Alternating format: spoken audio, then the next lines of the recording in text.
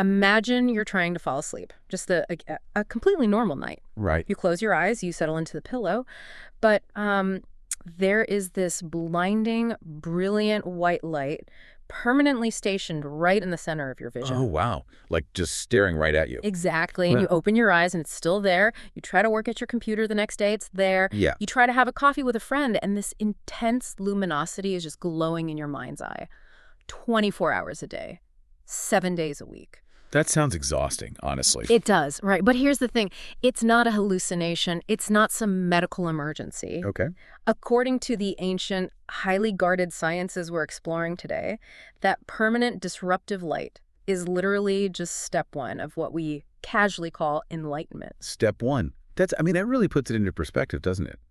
It is the exact moment the theoretical becomes overwhelmingly physiological. Yeah. And, you realize very quickly that everything you thought you knew about the finish line of spiritual practice, it was actually just the prerequisite to a much larger and honestly much more dangerous reality. Exactly.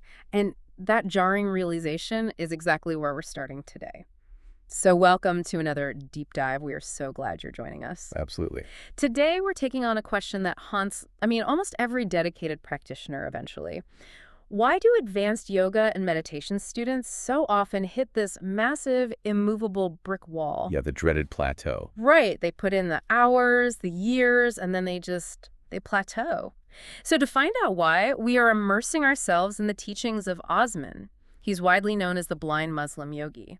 And right up front, we really need to establish who we're learning from here, because his background fundamentally shapes how we have to look at this information. It really does.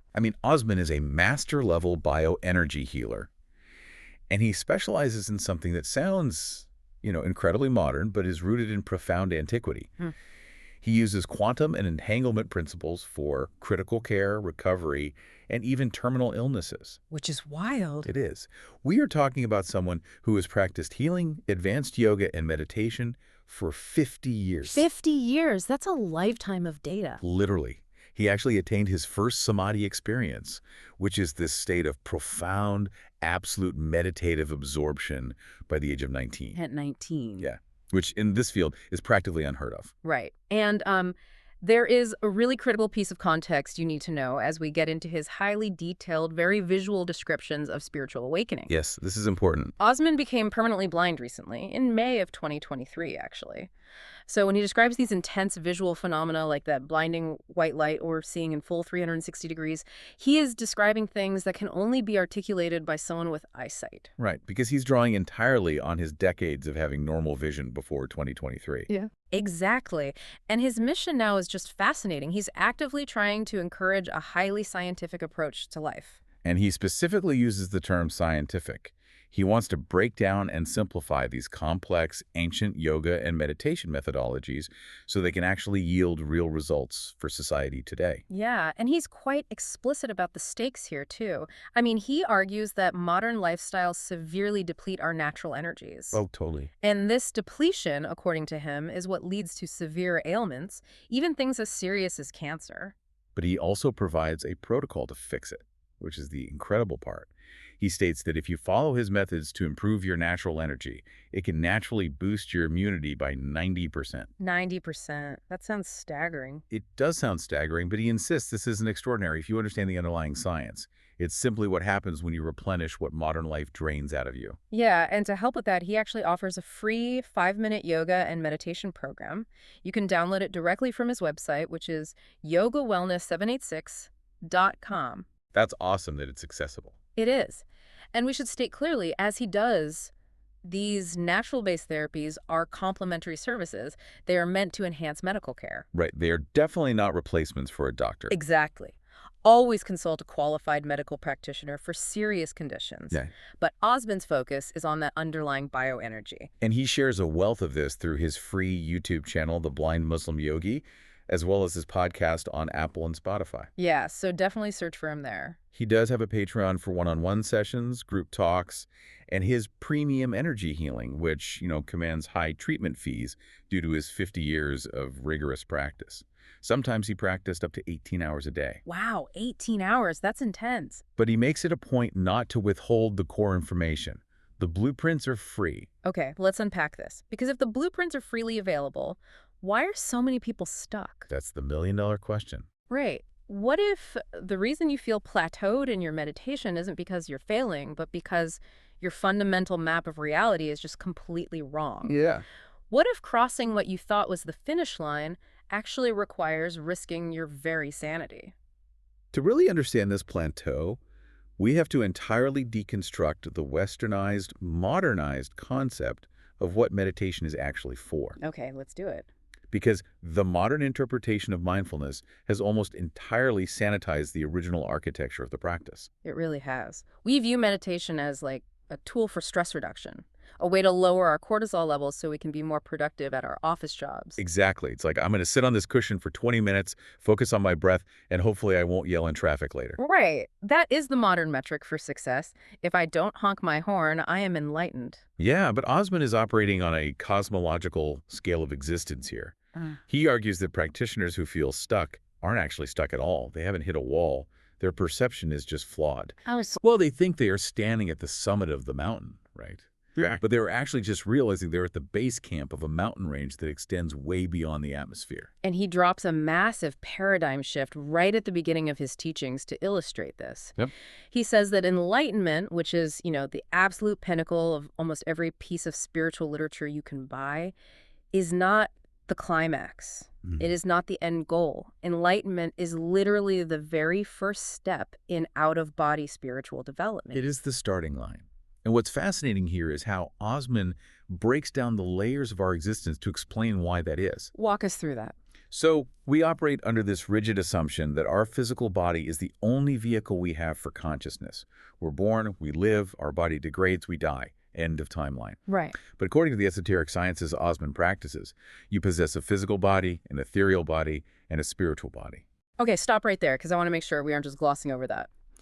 When he says ethereal body, are we talking about like a metaphor or a literal functional vehicle for consciousness? A literal functional vehicle. Wow. Yeah.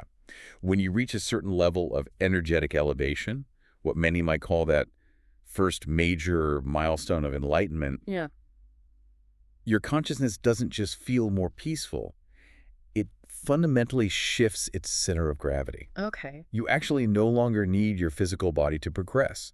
The heavy biological machinery is totally bypassed, and your practice, your awareness, moves into the ethereal body. And it doesn't even start there, because once you master the ethereal body, he says you reach the next massive level of advancement. That's where you shed the ethereal body entirely, and you transition into just the spiritual body. Yes. And here's the absolute kicker for me. The spiritual body is described as deathless. It doesn't experience biological decay. It does not die, which completely blows up our human timeline. I mean, think about it. If you transition into a deathless spiritual body, that means you have thousands or even millions of years of continued meditation and progression ahead of you. Millions of years. It's hard to even wrap your head around. Osman specifically mentions that there are 99 or 100 distinct levels of enlightenment, and to go from level 1 to level 2 takes infinitely longer than it took to get to level 1 in the first place. Yeah. It is this staggering exponential difficulty curve. And this is exactly where the psychology of the plateau really comes into focus. If we connect this to the bigger picture of human ambition, our entire relationship with patience and progress is dictated by our biological clocks. Right, because we think we have, at best, 80 or 90 years to figure out the entire universe. So we rush. We want the app that gives us enlightenment in 10 days. Yes. The 10-day silent retreat that's going to fix everything. Precisely. Yeah. If you only have 80 years to achieve ultimate spiritual mastery, a 5-year plateau feels like a catastrophic failure. You feel like you're just wasting precious time. Totally. But if your timeline is suddenly 1,000,000 years, a 5-year plateau isn't a plateau at all. It is a microscopic blip. It's barely a fraction of a millisecond on the cosmic clock. You are simply catching your breath. I love the video game analogy he uses here. Level 2 is harder than level 1, level 3 is harder than level 2, and so on. But I really want to push that analogy further for you listening. Let's do it. Imagine spending your entire life, decades of sweat, discipline, and sacrifice, trying to beat the final boss of this incredibly difficult video game. You sacrifice relationships, you meditate 18 hours a day like Osman did, Yeah. you finally beat it. The screen fades to black, you're exhausted but triumphant, waiting for the credits to roll, and instead the words "tutorial complete" flash on the screen. Oh, man. It is so brutal. Right, and you realize the actual game is 100 levels long, and each level takes 1,000,000 years to beat. I have to ask, does that massive infinite timeline motivate you, or is it incredibly demoralizing? I mean, it demands a complete surrender of the human ego. Because the human ego wants to win. It wants the certificate. It wants to finish the task. Exactly. We want the gold star. Right. Yeah. When you realize the task is eternal, you either break down and give up, or you truly, completely surrender to the process. You aren't stuck. You're just on a track where the increments of progress are so vast and the energetic shifts are so incredibly subtle that your human brain can't even register them. But it's not all invisible, right? I mean, if you're going to talk about these higher levels, we have to address what actually happens to the practitioner's perception. Yes, the physiological markers. Because Osman doesn't just leave this in the realm of vague philosophical timelines. He gets incredibly specific about the physical, visual, anatomical signs of this awakening. And this brings us right back to the hook we started with. Yes, the anatomy of awakening. He details the physiological process of the opening of the third eye. Now, third eye is a term that gets thrown around constantly in pop spirituality. Usually people use it to mean something vague like having good intuition or just being perceptive. But Osman is talking about a literal, physiological, and visual shift in reality. He says that when the third eye actually begins to open, the very first sign is that white light. It appears in the forehead region, right in your mind's eye. And again, this isn't a brief flash you get when you're in deep meditation and feeling particularly zen. No. This light is visible 24/7. It is a constant, unyielding presence.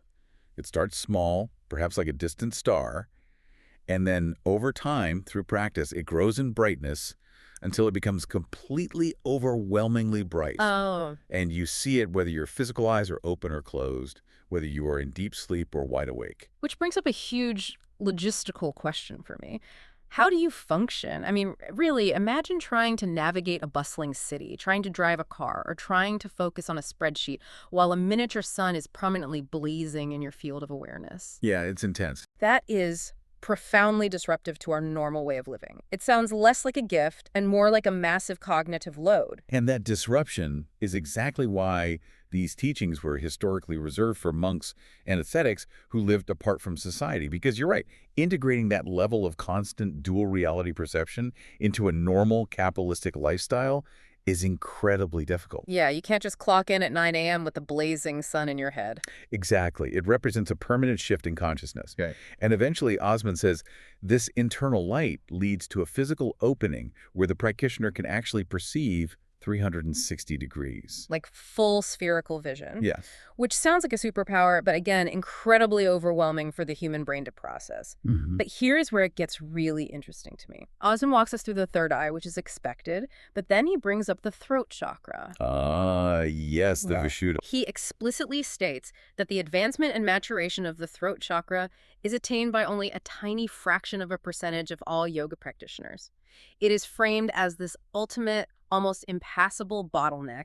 And I have to admit, I'm genuinely confused by that. Why the confusion? Because why the throat? In almost every spiritual circle, we hear about the third eye for vision, or the heart opening for universal love, or the crown chakra for connecting to the divine. Right. But the throat, it's framed here as this incredibly rare master-level milestone. It's like trying to push a massive amount of cosmic beta through an incredibly narrow bandwidth. What is the mechanism there? Why is the throat the sticking point? It's a brilliant question. And to understand it, we really have to look at the esoteric anatomy of the human energetic system. The throat chakra is the center of communication, but more importantly, it is the center of purification and absolute truth. Okay. Geographically, in the energetic body, it's the bridge between the heart, which represents the lower personal emotional centers, and the head, which represents the higher cognitive spiritual centers. So it's literally the gateway between feeling and knowing. Exactly. And mastering it is exceptionally rare because it requires absolute harmony between internal realization and external expression. Wow. Think about it. It's one thing to see the 247 white light. It's one thing to have a profound internal mystical experience.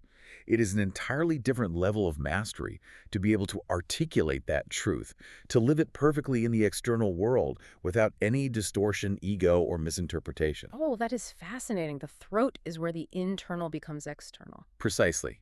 If you have profound mystical visions, if you have immense energetic power, but you use that power to manipulate people or to inflate your own ego, your throat chakra immediately blocks. It just shuts down. Yep, you lack purity of expression. Passing through that bottleneck requires a refinement of character that is infinitely harder to achieve than simply inducing a vision. You cannot force the throat chakra open with sheer willpower. It requires an absolute, unshakable integrity. It's the ultimate lie detector test. Yeah, that's exactly what it is. You can't fake it. You can't pretend to be enlightened if the bandwidth simply won't open for you, which naturally raises a huge, unavoidable question. Let's hear it. If these abilities are real, the 360-degree vision, the permanent light, the massive energetic capabilities required to heal terminal illnesses through quantum entanglement, like Osman does with a 90% success rate, why aren't they common knowledge? Right. If the human body is capable of this, why isn't there a manual in every biology classroom? Why isn't everyone taught this from day one in their local yoga studio? And Osman does not shy away from this at all. He has a very specific and historically dark explanation for it. He explicitly, repeatedly calls this a hidden science. And he makes it clear it's not hidden because it's some fun esoteric mystery for us to solve. Yeah. He claims this knowledge was deliberately, systematically suppressed. Yes. Over thousands of years, the texts, the physical evidence, the specific instructional manuals were purposely burned and destroyed. But the critical point is who destroyed them. They weren't burned by ignorant conquerors who didn't understand the science. According to Osman, they were destroyed by the very sages and masters who understood it best. Which is wild. Because individuals throughout history were abusing these mystical powers for the literal destruction of mankind. They weaponized spiritual advancement. I really want us to pause and reflect on that because it completely flips the script on how we view spirituality in the West. We have this inherent, almost naive bias that spiritual equals peaceful. Oh, absolutely. We assume that becoming more awakened automatically makes you a harmless, loving, passive person, but Osman is implying that spiritual knowledge is actually a neutral technology. That's the perfect way to frame it. It is an internal technology. Mm. And like any advanced technology, it is morally neutral. It's like splitting the atom. You can use atomic energy to power a hospital, or you can use it to build a bomb. Exactly. If you had access to the literal nuclear launch codes of human consciousness, the ability to manipulate bioenergy, to influence minds, to alter physical reality, would you publish them on the open internet for anyone to use? No way. Or would you burn the manual? You burn the manual. You protect the world from its own immaturity. If we connect this to the broader historical picture, the idea of esoteric gatekeeping is a foundational concept in almost every ancient tradition across the globe. Right. Humanity has always sequestered extreme power. Look at the mystery schools of ancient Egypt, the Pythagorean cults in Greece, the esoteric branches of major world religions. They all operated on the exact same principle. Public teachings for the masses to keep them healthy and moral, and secret, closely guarded teachings reserved only for the initiated who had proven their character. And Osman's narrative paints a vivid picture of ancient spiritual warfare. Good actors essentially had to intervene and destroy the knowledge so future generations of bad actors couldn't abuse it. But, he notes, some fragments of this dangerous knowledge seep through the cracks anyway. He mentions that this fragmented, weaponized knowledge is sometimes referred to as the black arts. And here is where we need to be very precise about terminology. I agree, because I want to push back on that term, black arts. When modern listeners hear that, they immediately conjure up images of Hollywood magic, comic book villains, or waving a wand. Right, like Harry Potter stuff. Yeah. Does Osman mean literal magic? What is he actually talking about in a scientific framework? In the context of bioenergy and quantum entanglement, which Osman himself uses constructively for healing critical illnesses, the black arts refers to the unauthorized, unpurified, and selfish use of subtle energy. Okay, so it's a manipulation of natural law. Exactly. Remember, if Osman can use telepathy and entanglement principles to remotely heal a failing physical body, the fundamental physics of that interaction exist. Yeah. It stands to reason that the inverse application is also possible. So, using the exact same energetic mechanics, but with malicious intent. Precisely. The black arts, in this framework, would be the psychological or physical manipulation of others, using heightened charisma, energetic dominance, or telepathic influence without the patient's consent or strictly for the practitioner's selfish gain. Wow. It is the exact abuse of that throat chakra we just talked about. Hmm. It's using high-level energetic bandwidth to transmit destructive codes into the world. That makes total sense.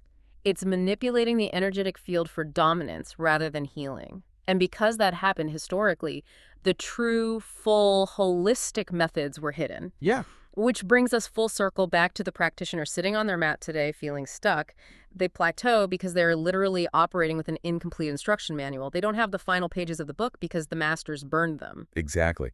Osman points out that a major reason practitioners hit that wall is because the system they are practicing has been fragmented. They're doing the introductory course over and over again, expecting master-level results. So how do you get the rest of the manual? Osman reveals the specific boosters that were hidden, the specific techniques designed to fast-track this power. And it starts with acknowledging the limits of what we are currently doing. Right. He says that standard hatha yoga and basic meditation, the kind of stuff you do in a 1-hour class on a Tuesday, are really only good for balancing your energies. They're foundational, they are maintenance. But to actually boost your progress, to get off the plateau and start evolving, you need pranayama. Breath control. The conscious, deliberate regulation of the life force through the respiratory system. But even pranayama is just a stepping stone in this hidden science. Osman explicitly states that pranayama must eventually mature into a practice called KRIYA. KRIYA. This is the pivot point. This is where the training wheels come off and the real danger begins.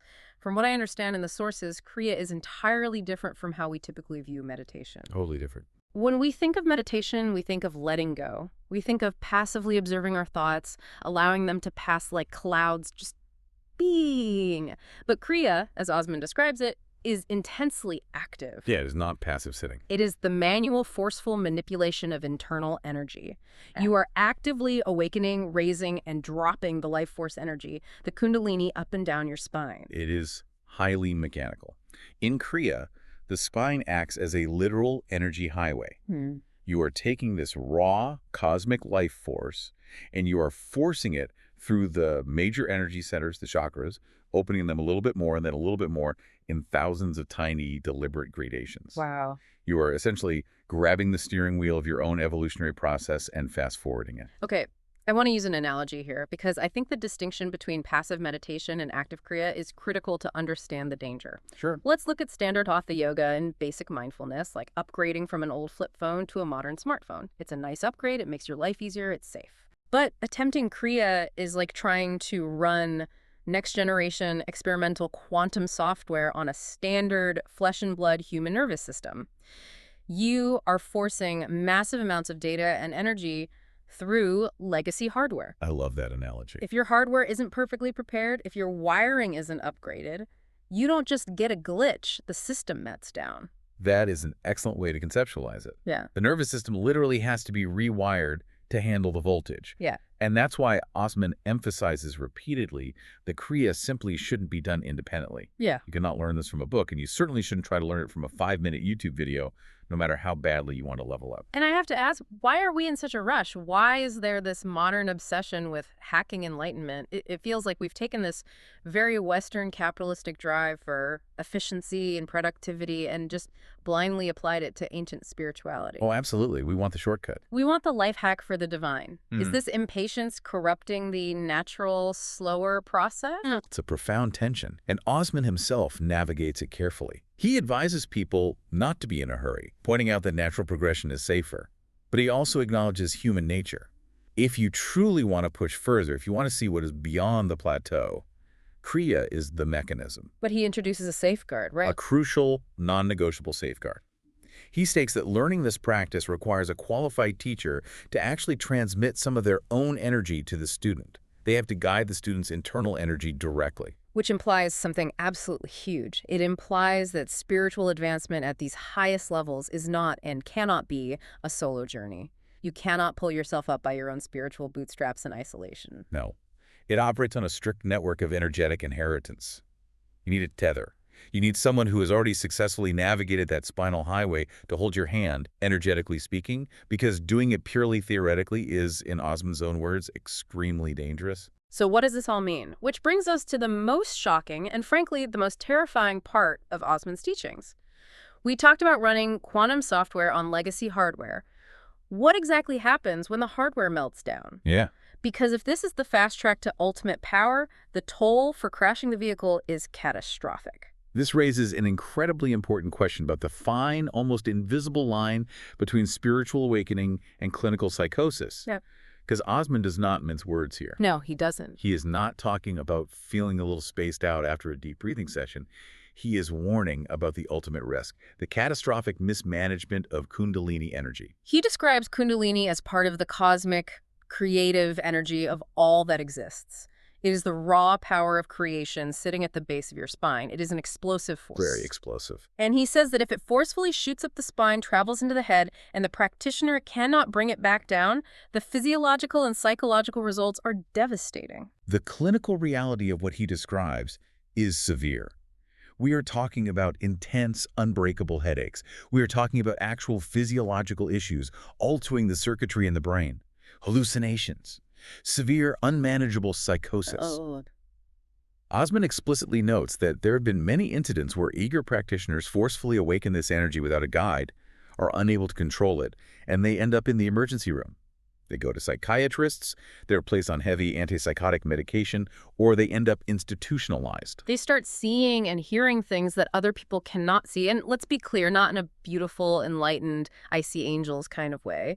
He says it is a very negative, deeply unpleasant, terrifying experience. Yeah. It is not an experience of universal love and bliss. It is literally playing with cosmic fire and getting entirely consumed by it. I really want to contrast that for a moment with the idyllic image we have of yoga. Yeah, like the marketing image. Exactly. We picture a Lululemon ad.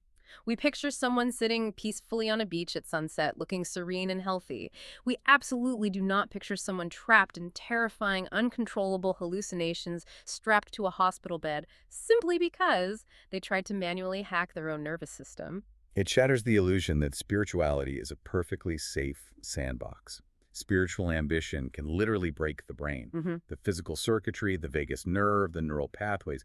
They are simply not equipped to handle the voltage of cosmic energy without meticulous, guided, decades-long preparation. And this is where Osman brings in what I think is his most brilliant and relatable analogy for modern listeners.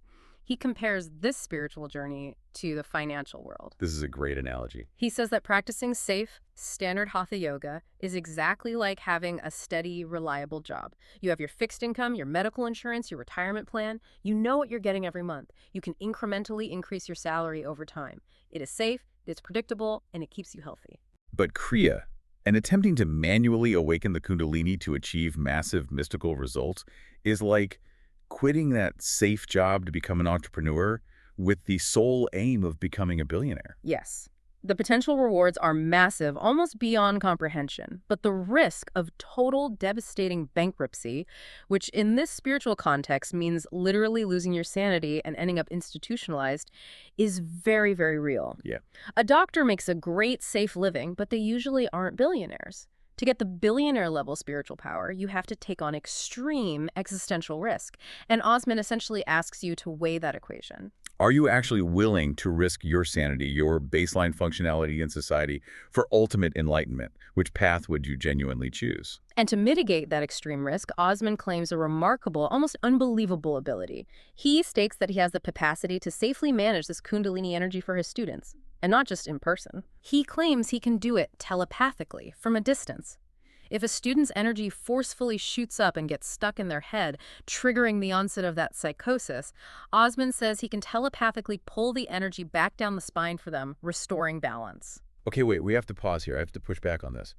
Telepathically pulling energy from someone's brain down their spine from miles away. Yeah, it sounds crazy. As an analytical thinker, that immediately sounds like science fiction. How does he claim that actually works mechanically? What is the physics behind that claim? It brings us back to his foundation as a master bioenergy healer. Osman operates on principles of quantum entanglement. Oh, okay. In quantum physics, when two particles become entangled, altering the state of one instantly alters the state of the other, regardless of the physical distance between them. There is no spatial limitation. Osman is applying this exact principle to human bioenergy. Because he has spent 50 years mastering the energetic field, and because a true master-student dynamic creates an energetic tether and entanglement, he asserts that he can manipulate the student's energetic field by manipulating his own connection to it. So the student isn't a separate closed system. Through the initiation, they become entangled with the teacher's much larger, more stable energetic capacity. Precisely. The teacher acts as a grounding wire for the student's electrical surge. Whether you, as a listener, choose to take that telepathic intervention literally based on his 50 years of clinical bioenergy healing, or whether you view it purely metaphorically, it points to an absolute non-negotiable principle in these ancient sciences: Right. the necessity of a master-apprentice safety net. When you are dealing with the extreme, dangerous edges of human psychology and consciousness, you need someone holding the rope. You cannot spelunk into the deepest, darkest, most volatile caves of your own mind alone. And yet, even with that safety net, he adds a caveat, a moment of very real, sobering humility. He explicitly says he cannot be so egotistical as to guarantee there will be absolutely no psychosis. Wow. He cannot claim to perfectly control the creative energy of the entire universe every single time without fail. He notes that he simply hasn't had an unmanageable problem among his students over the decades, and when dangerous energetic spikes did arise, he successfully pulled the energy down. But the risk is never zero. Yeah. There is always a compromise, always a gamble when you try to force rapid evolution. It is a profound, echoing warning. The pursuit of power, even if it is spiritual power, always demands a price. You cannot cheat the cosmic accounting. You really can't. Wow. We have covered an immense amount of ground today, and we've gone deep into mechanisms that most people don't even know exist. Let's just briefly recap the intense journey we've taken through Osman's teaching. It's been a ride. We started by completely shattering the illusion of the finish line, realizing that enlightenment isn't the end. It's actually just the very first step on a timeline that stretches for millions of years into an ethereal and eventually a deathless spiritual body. We explored the literal physiological changes of awakening, the relentless 247 white light of the opening third eye, and the extreme rarity of mastering the throat chakra bottleneck, which demands absolute purification of truth and communication. We delved into the dark, hidden history of why this science was suppressed, how ancient masters literally burned the manuals to protect humanity from the weaponization of spiritual power. We unpacked the mechanical difference between passive meditation and the active, forceful manipulation of KRIYA, using the spine as a high-voltage energy highway to fast-forward human evolution. And finally, we confronted the terrifying clinical risks of spiritual ambition. How forcing the Kundalini energy without the energetic entanglement of a master guide can lead directly to irreversible psychosis, brain physiology issues, and institutionalization. It is a massive amount to process, but as we wrap up, I want to tie this all back to you, the listener, because while you may not be sitting in your living room trying to manually awaken your Kundalini to achieve 360-degree vision today, the underlying dynamic of this deep dive applies to absolutely all of us. It truly does.